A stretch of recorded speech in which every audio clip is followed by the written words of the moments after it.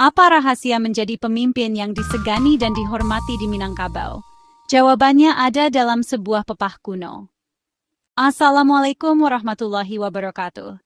Dun sanak kasadonyo, selamat datang. Di ranah Minang yang kaya tradisi, terdapat pepatah tentang kepemimpinan sejati. Pepatah ini menggambarkan pemimpin ideal. Allah Bakari Samparono, pemimpin harus unggul, bagai keris yang sempurna.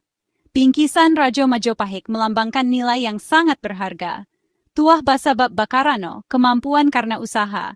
Pandai Batenggang Dinan Rumik, bijak dalam keputusan sulit. Mari kita uraikan sifat-sifatnya. Yang pertama, berkualitas moral, intelektualitas, keterampilan.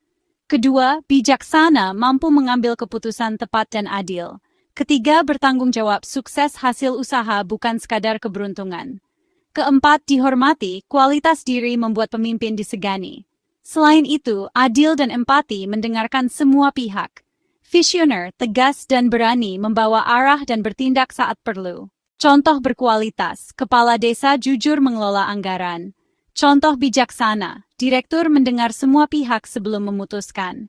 Contoh bertanggung jawab, ketua tim akui dan perbaiki kesalahan. Contoh dihormati, guru yang berdedikasi, dihormati murid dan masyarakat.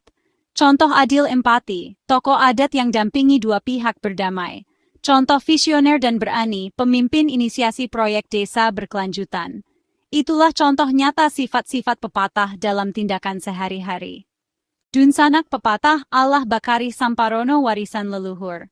Meneladani sifat-sifat ini membuat kita pemimpin lebih baik. Terima kasih. Jangan lupa like, comment, subscribe. Wassalamualaikum warahmatullahi wabarakatuh.